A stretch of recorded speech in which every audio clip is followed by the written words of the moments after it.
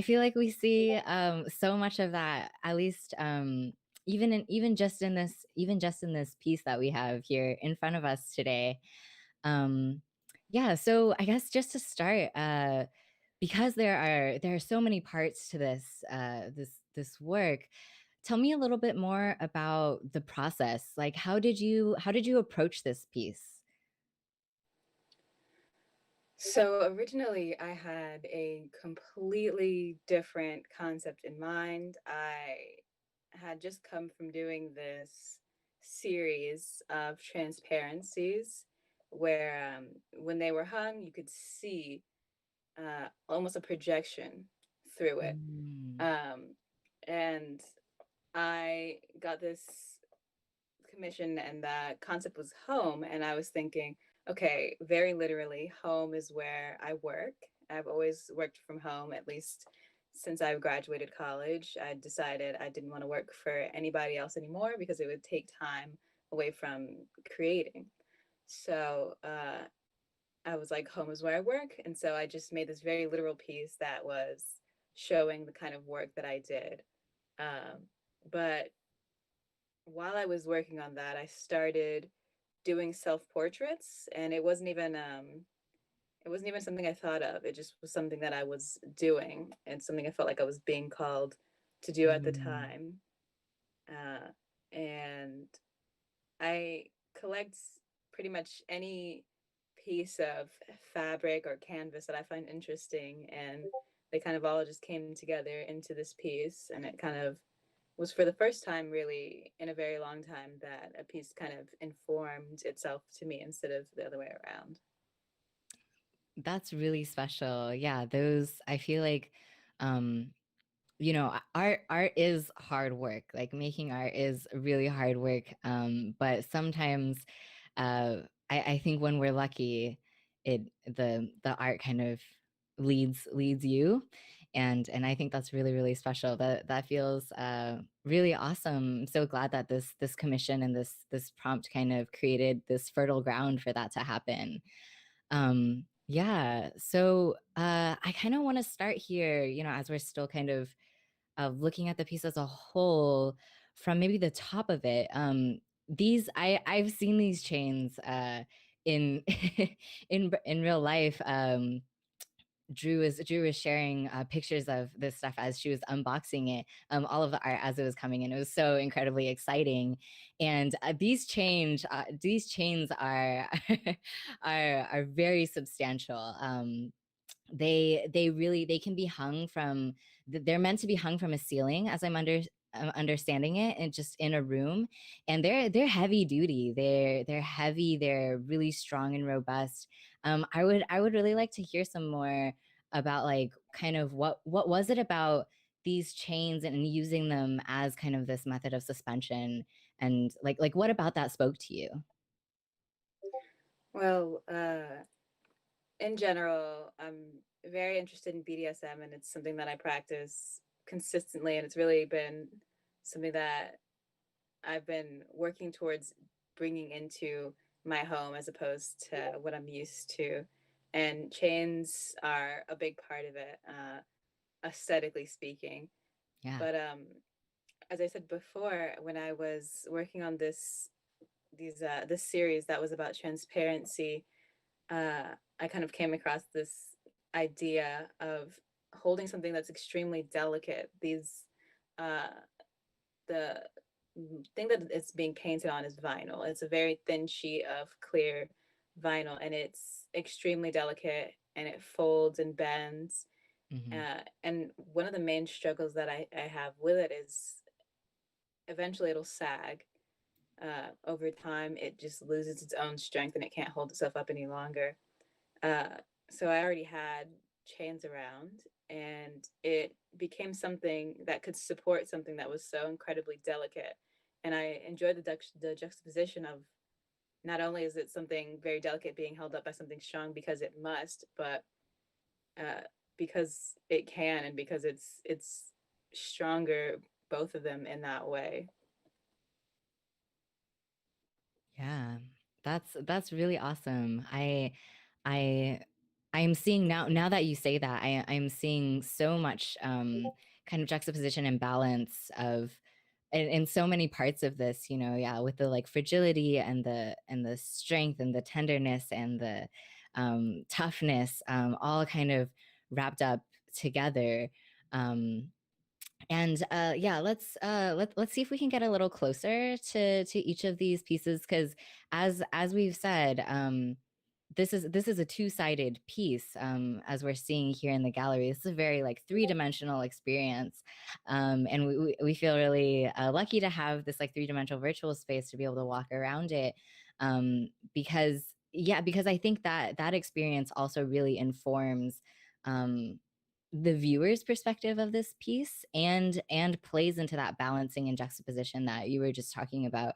I feel like even before diving into the paintings themselves, um this, you're talking, we're talking about the suspension and the chains as they hold something so delicate, but even this, there's even like another kind of nested bit of that here with the frame, as it's not framing it in a traditional sense, as like it's not like pressing it and holding it. It's the artwork itself is also suspended within this wooden frame.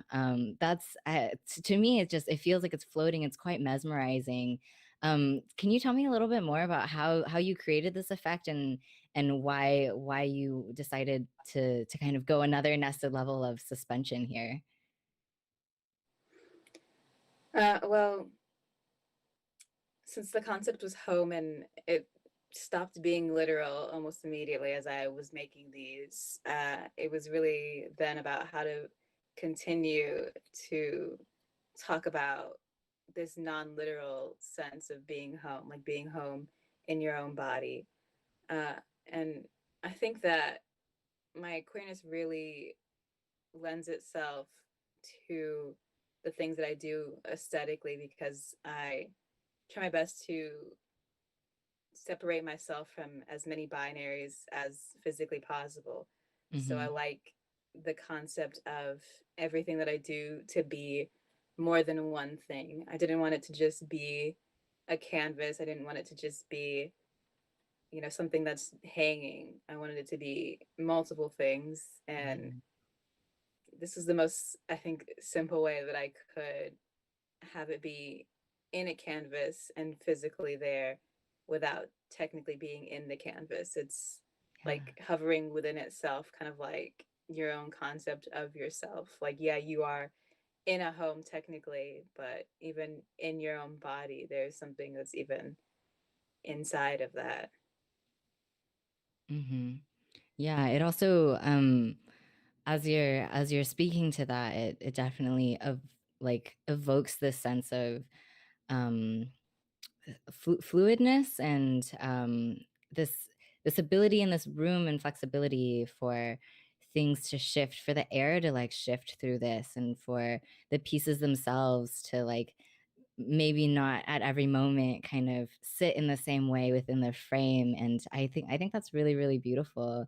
The more we talk about this, and I really encourage everyone to read the full artist statement on this piece. You can find that in the gallery itself, um, again at genderunbound.org/virtual showcase, because this this really just feels incredibly personal and vulnerable in a lot of the ways you kind of interpreted and manifested these ideas around balance, and breaking dichotomies, and stuff like that.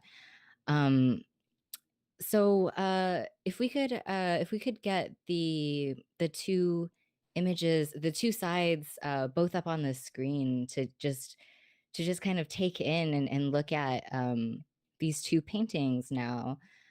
Um, I believe these are self portraits. Is that right? They are. Yeah. But they ended up Mhm. looking so different from each other. Yeah. Um, they, to me, with the colors and the angles, it feels really like kind of two different emotional states.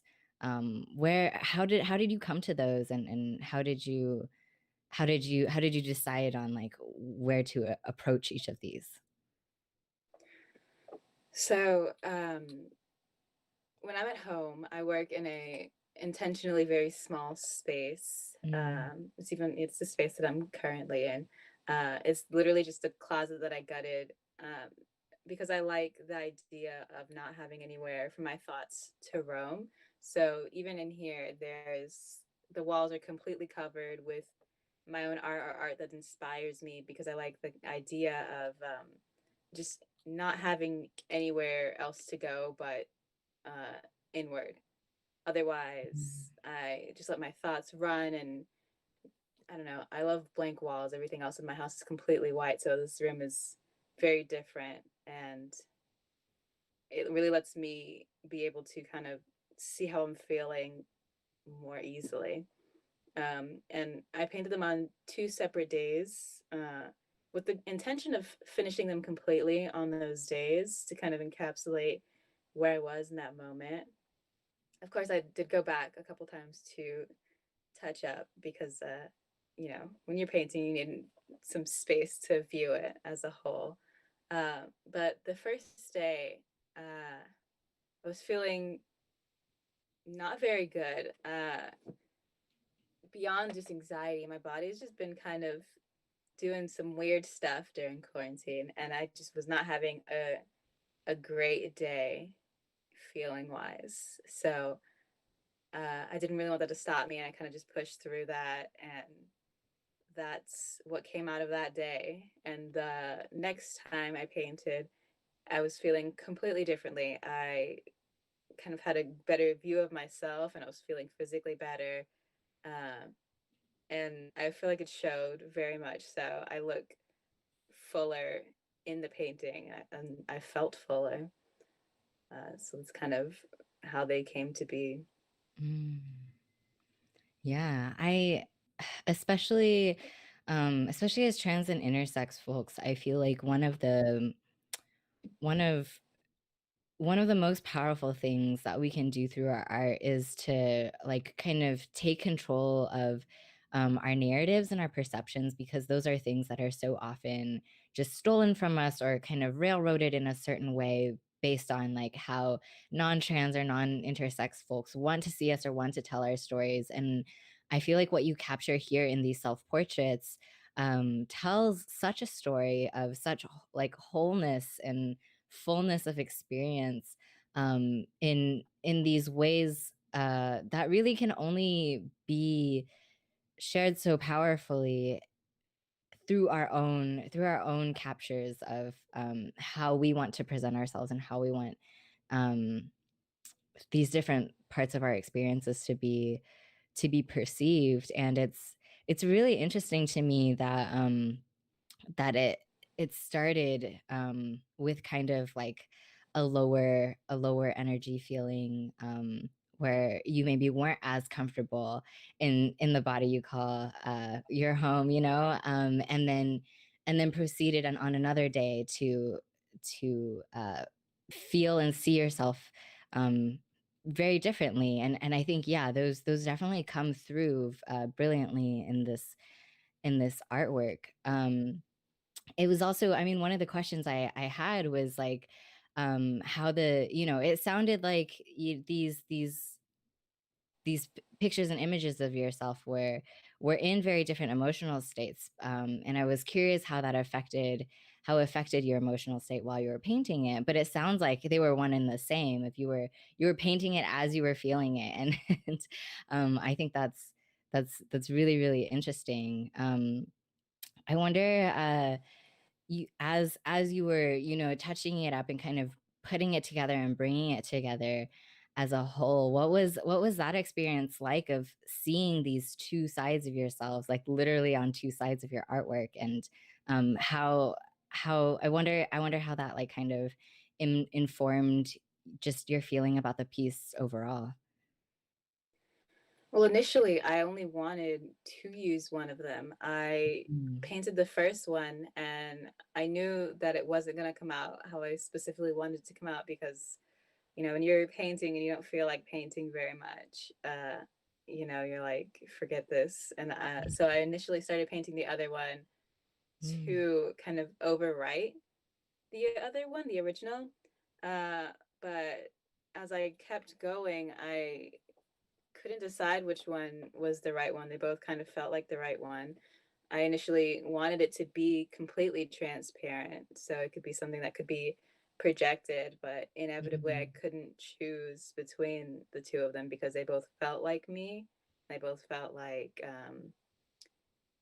it felt very vulnerable, but it was impossible to make them separate after I made the second one and I was actually complete with it. So then I had to decide what am I going to put in between these two, so they're Mm. actually viewable. And I've had this piece of paper that I found one day, and it had just been sitting out in the rain, and I think it had been run over a few times, Yeah. and it had such a personality, and I've had it for years, and I didn't know if I'd ever use it, when I'd be able to use it, what I'd use it for. But inevitably, the when I decided that both of them had to stay, it seemed like the perfect thing to go in between them, and it seemed kind of like exactly what I was saving it all for. That's really, really incredible. Thank you so much for sharing that with me. I love that so much. Um, yeah, folks who know me know I love I love like, materials and crafts that have that personality. I think it brings so much to a piece, and also that journey of hanging on to it, and like just really really holding it as precious, even as you were it was still waiting to be revealed what where that value would shine the brightest. That's really really really really interesting.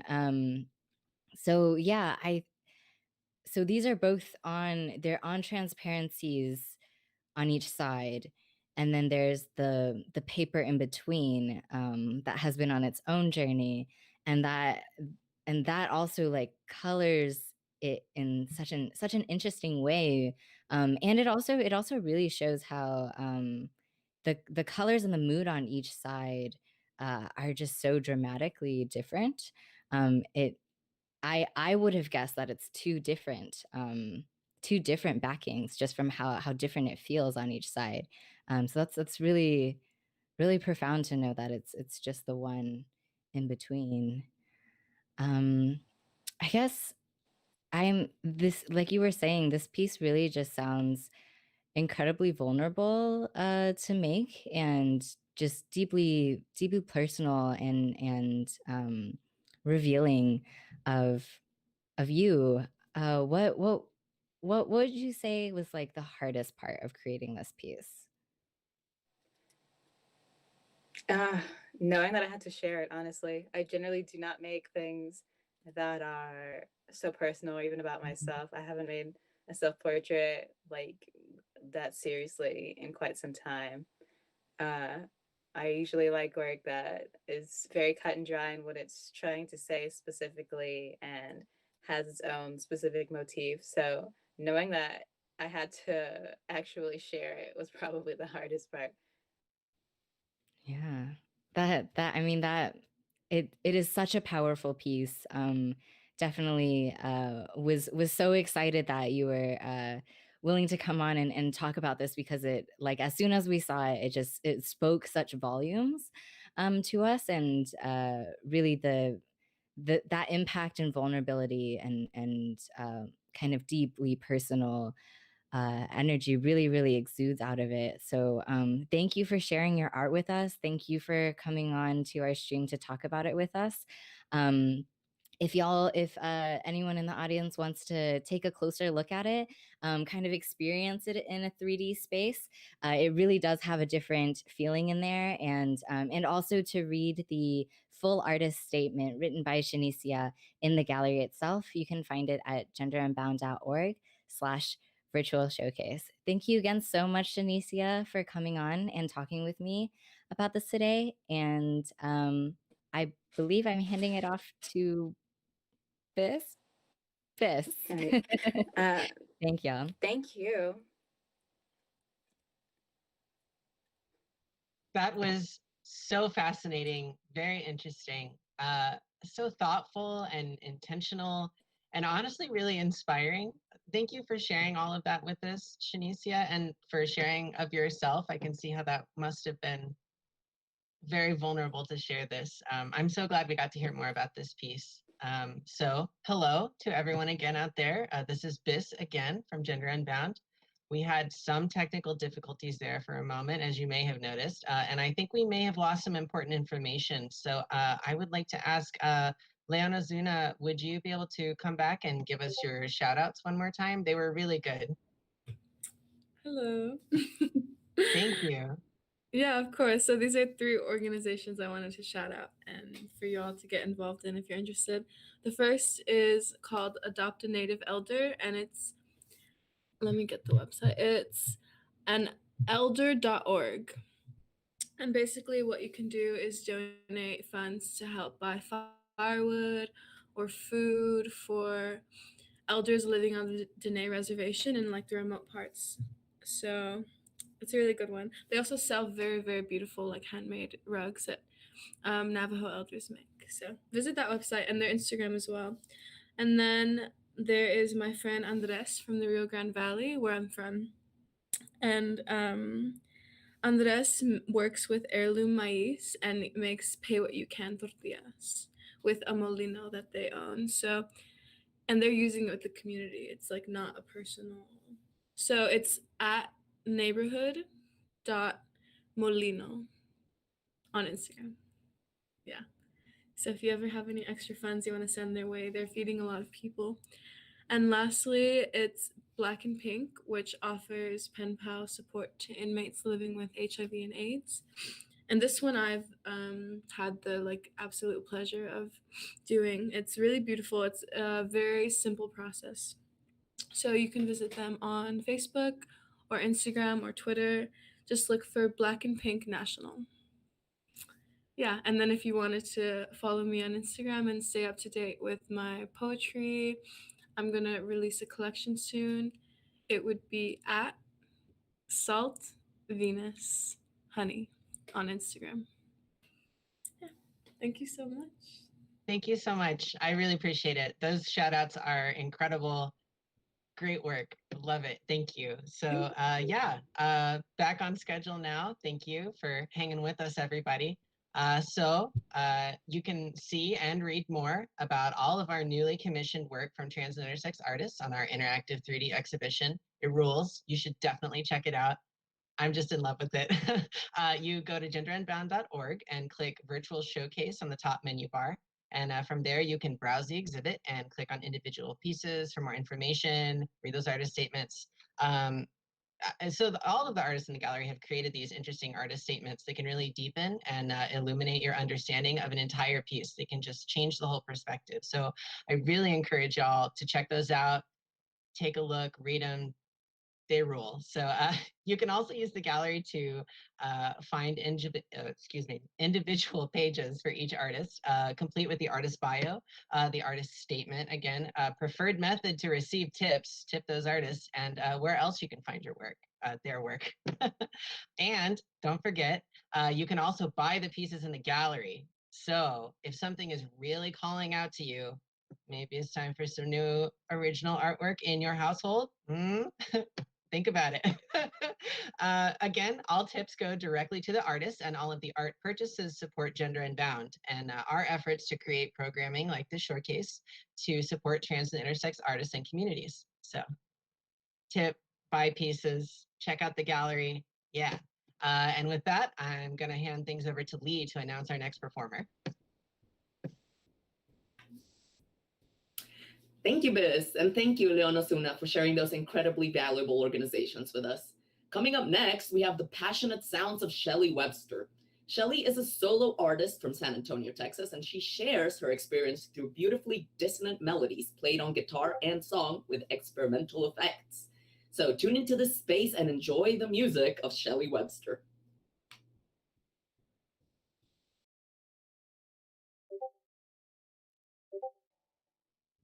Hello, am I on? My name is Shelly Webster. This is my first ever live stream, so gonna see what happens. This is the first song called Secret Lives.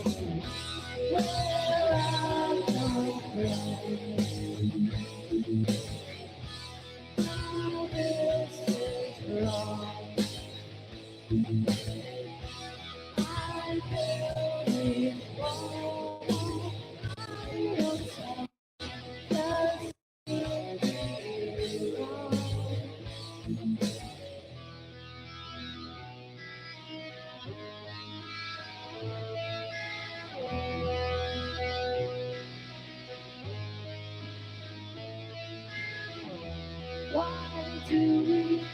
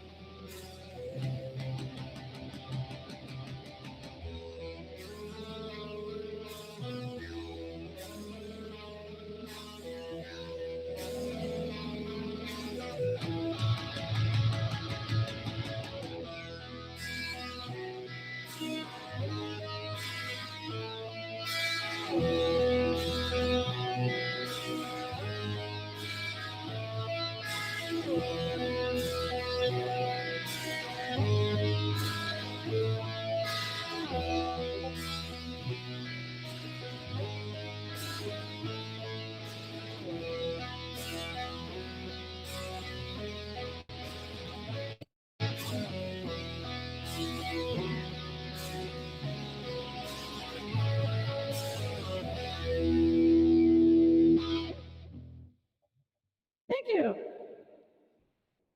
When you're different, you spend a lot of time in your own thoughts, and that's where some of these songs came from. A little dissonance in there. In fact, this next song is called Dissonance. Let's start it up real quick.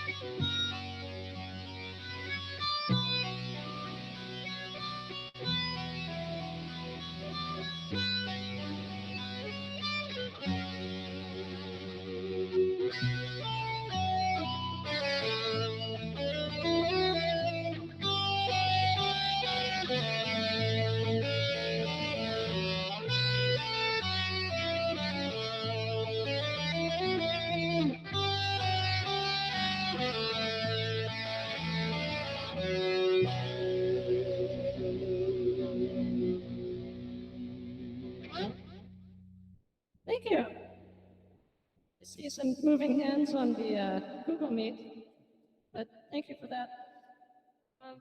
Sometimes you just feel downright ashamed of who you are, and this is what this song is about. It's called Hollow.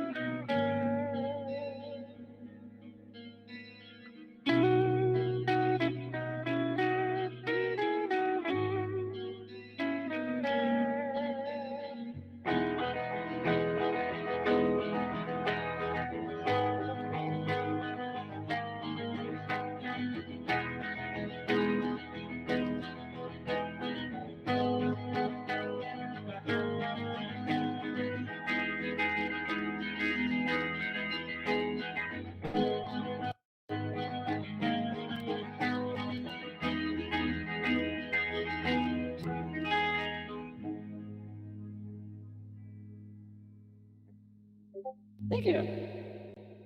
I got one more song that has never been heard by anyone other than myself, and hopefully you don't screw it up.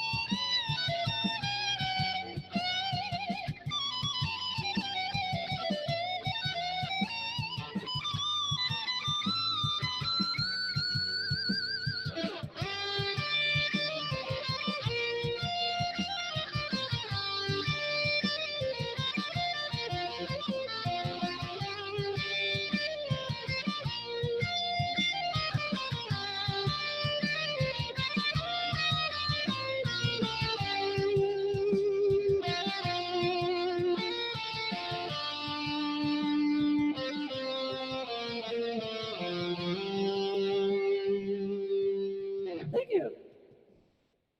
That was the first time, it'll just get better from there. Thank you for everyone. Thank you everyone for checking this out. Thank you for Gender Unbound for having me. I'm gonna hand it back to you guys.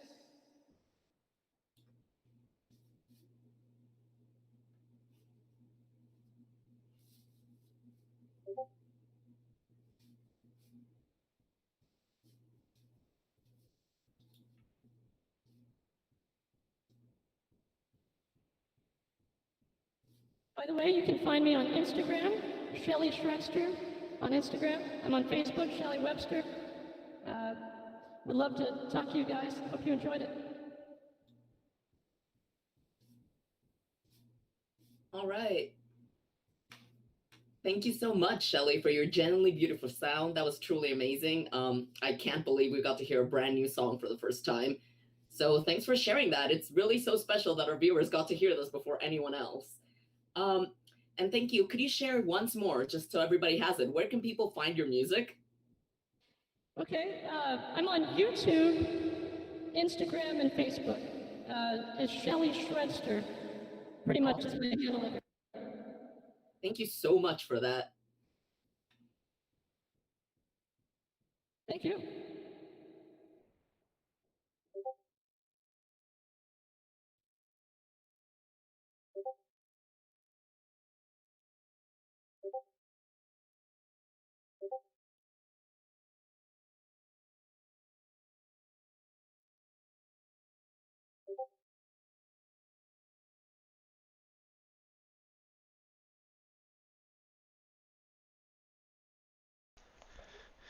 While we get our video feedback up, I want to say very quickly a huge thank you to everyone for viewing, and thank you to the entire Gender Unbound organizing team who has worked so hard in putting this showcase together. Please, everyone, do remember to tune in next Saturday at 4 p.m. Central Time to catch our next stream, this time themed Leaving Home. Don't forget as well to follow us on social media and go to the genderunbound.org website to tip your favorite artists and view the ongoing gallery exhibit. From myself and the whole Gender Unbound organising team, we wish you a good night and we'll see you next Saturday.